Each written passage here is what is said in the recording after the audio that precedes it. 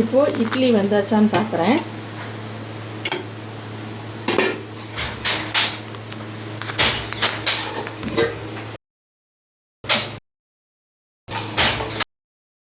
வந்துருச்சு. வந்தாலே குத்திலாம் பார்த்துடாதீங்க, குத்த முடியாது.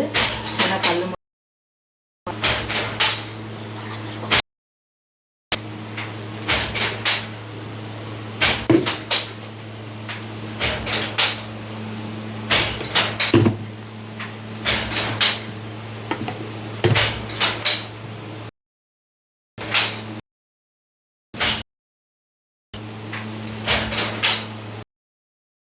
ஒட்டாது. அரிசி மாவு மட்டுங்கிறதுனால ஃபுல்லாக அப்படியே வந்துடும்.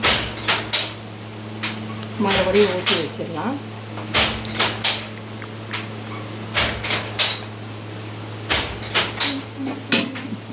இதை மூடி வச்சுருங்க. ஏன்னா ஆறிடுச்சுன்னா புளிய முடியாது.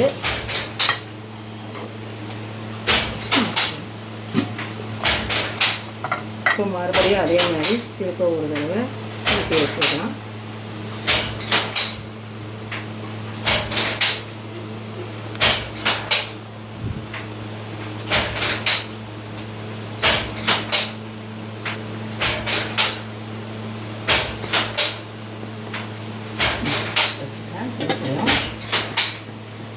மாவு அதே மாதிரி திருப்பியும் ஒரு கிண்ணத்தில் எடுத்து வச்சுருக்கேன்.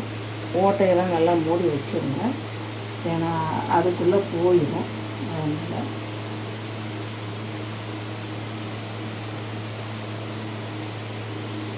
திருப்பியும் ஊற்றுறேன். இருக்கிற மாவையெல்லாம் இதே மாதிரியே பிழிஞ்சு எடுத்துக்காங்க.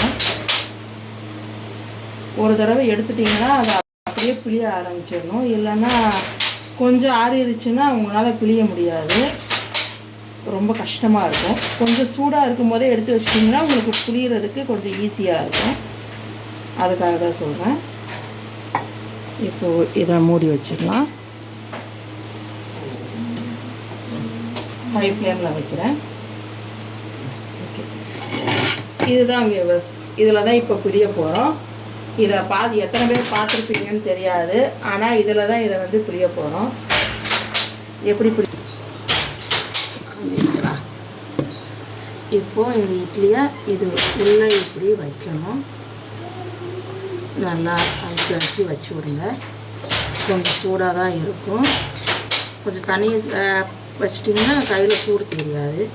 ஒரு 2 இட்லி வைக்கலாம், அதுக்கு மேலே வைக்க முடியாது. இதை மூடி வச்சிடுறேன்.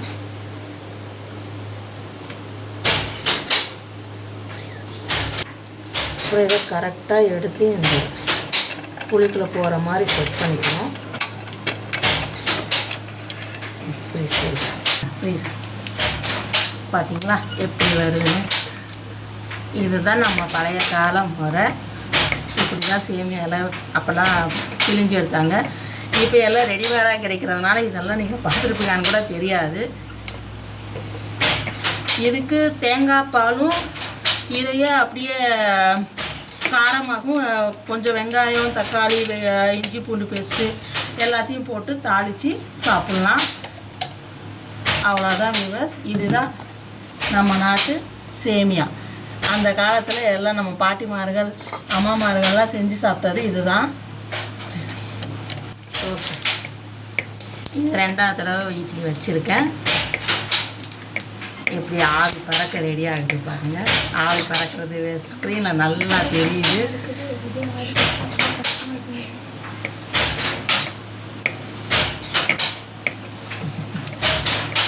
பார்த்தீங்களா எப்படி விழுங்குதுன்னு? அப்படியே நூடுல்ஸ் கூட தோற்று போயிடும், அந்த மாதிரி இருக்குது.